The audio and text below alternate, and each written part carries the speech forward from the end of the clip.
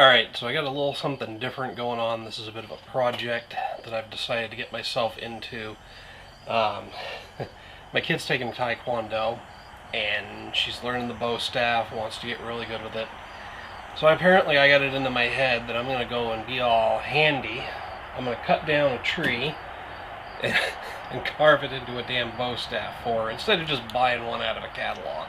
By the end of this, I'm probably going to wind up spending 3 times as much as I would have on the item itself, just in tools and supplies, not to mention labor and time. But hey, whatever. This is what I've committed myself to. This is what I'm going to do. Get a nice piece of, I believe it's northeastern hornbeam, if my ID skills are on point. Cut this down actually pretty quickly, all things considered.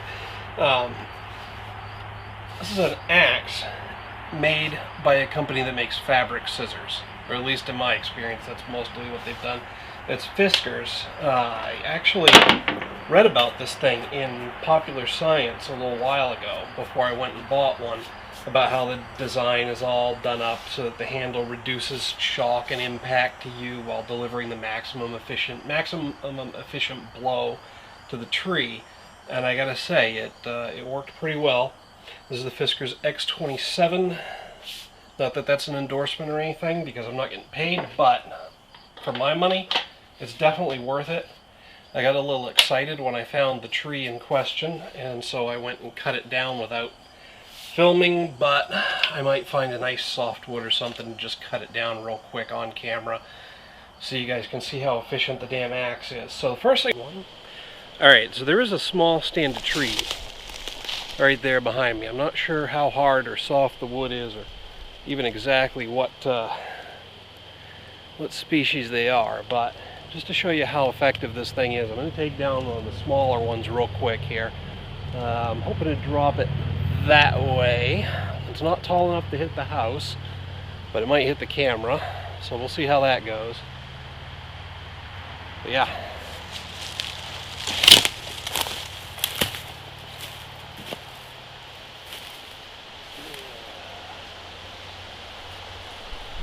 It's probably fallen that way.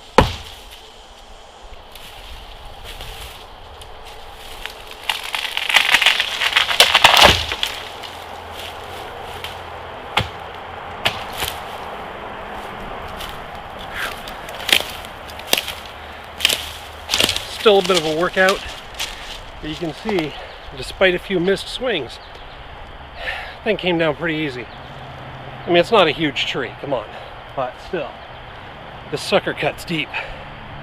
I assume you have to keep it well maintained too, but definitely a good investment. The first thing I'm doing is I'm debarking this. Got myself a nice little draw knife. A cheap little workbench picked up at Home Depot, already assembled, just had to fold out the legs and put a shelf on it. I don't know if this has enough weight to stand up to what I'm doing, so I'm probably going to wind up putting a couple cinder blocks on it at some point underneath just to kind of weight it down.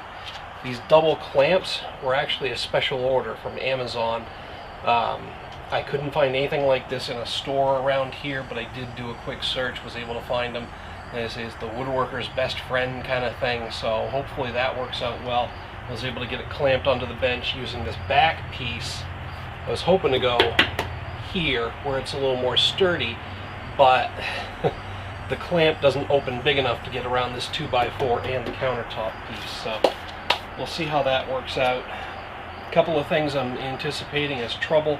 There are definitely some knots in this, and I don't think I'll be able to get knots out with a draw knife.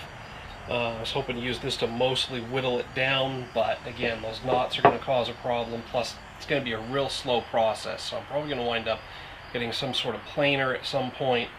And I did notice on this end of the log there is a pretty decent crack from when it dried, and I'm hoping that doesn't run all the way into the center, because if it is, this is barely, it's not perfectly straight, but the straight part of the tree was barely long enough for what I need as is, and I don't want to have to cut it down too short and lose that length.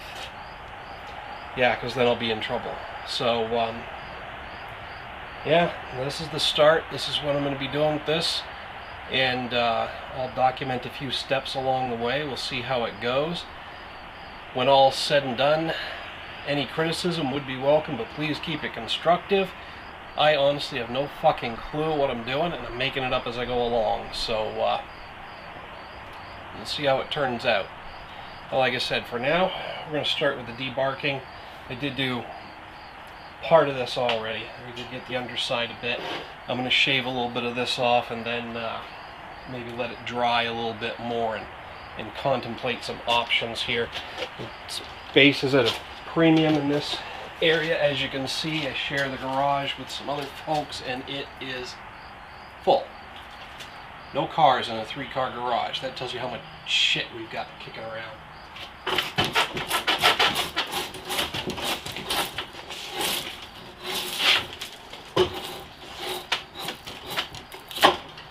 All these shavings are going to wind up in a fire pit at some point. They should burn pretty good, I think.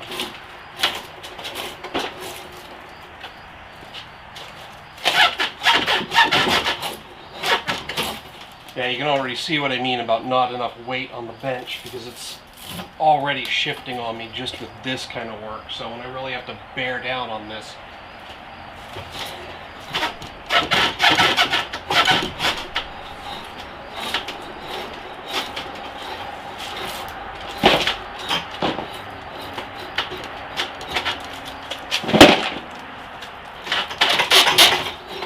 that, and I'm already kicking over stuff on the floor here.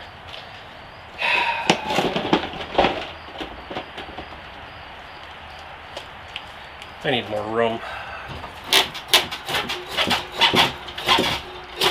I need a fucking shed.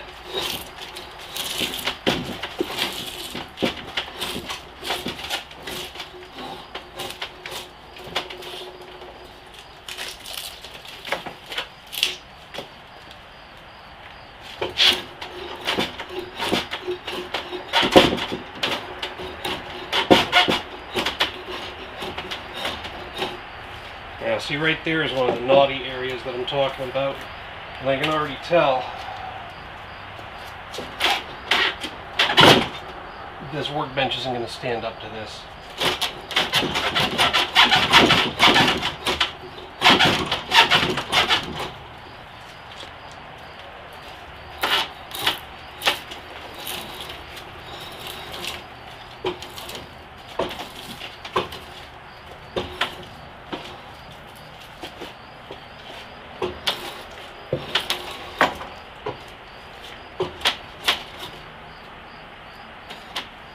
Any bets on how long before I give up and just start using power tools?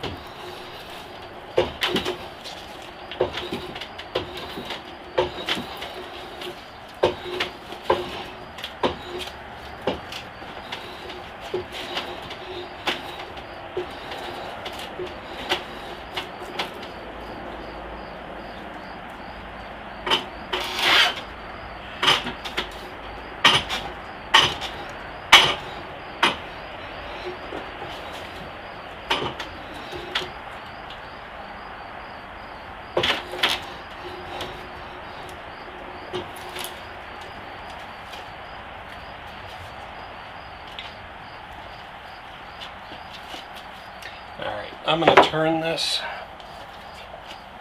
I'll probably cut the video and edit it at this point. Might not even keep that full length in there, might speed it up. I'm sure some of this is going to get boring.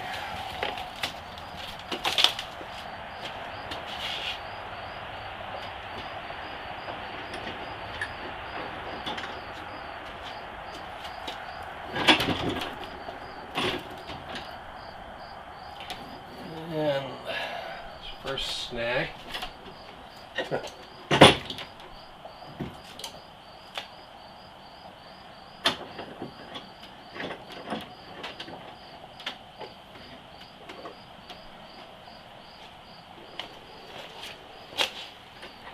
The more I'm looking at it, the less straight it looks. Well, I'm committed. We'll see how it turns out.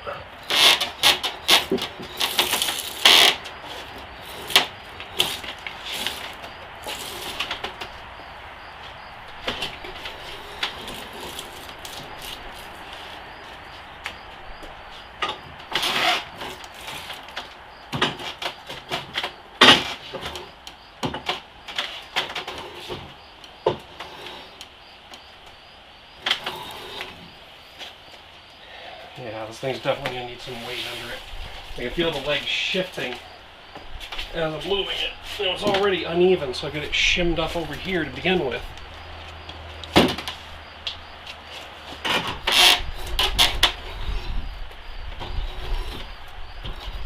Alright, they're pretty much mostly debarked, except for some areas around some knots, which I might, like I said, have to do something different with.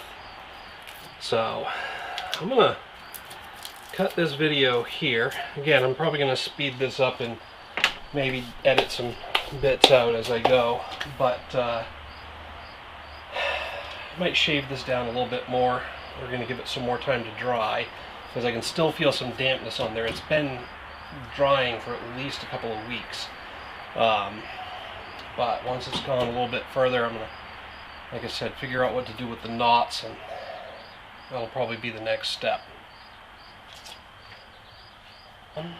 Well, I did figure out a way to deal with the knots, and it was so easy it's embarrassing I had to actually think about it. Just take a hammer and a chisel and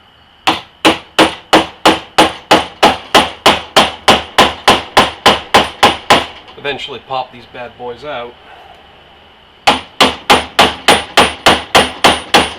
But bottom line is that's all pointless anyway. Apparently a couple of weeks worth of drying time for hardwood in a garage is not actually adequate.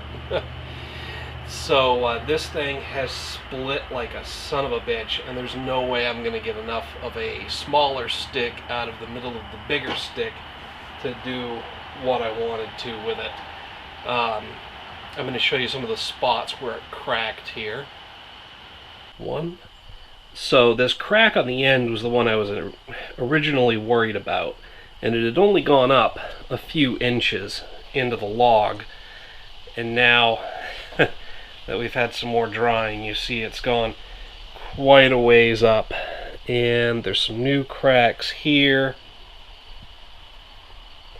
quite a big one here, and these are all fairly deep. They run right into the log itself, so it's pretty much wrecked at this point. And even if that wasn't all a problem, there's the other end. So there's no way I was getting a decent piece of wood out of the middle of this at this point.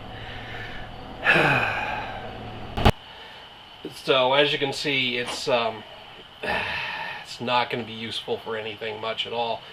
Although it does have a bright and promising future as a big piece of firewood. So we'll cut this bad boy up, we'll get it going, and I think I'm going to make another attempt at some point in the future, but apparently unless you're kiln drying, which I'm not building a kiln, don't have the room or the money for to cover the expenses, you should have these things drying out for roughly, I think it was a year per inch of circumference I was looking at. So I'm going to do some more research, try and find a better log without the knots, maybe some more straightness, and cut it down, slice off the ends to make them nice and flat, then probably debark it and put some sealant on the ends, because I guess the ends dry faster than the middle, and that actually causes some problems. So anyway, I've got a lot of research to do on trying to dry out another log before I try this again. But hey, live and learn, right? This one was a bust. Who knows? Maybe I'll have some successful project to show you in the future.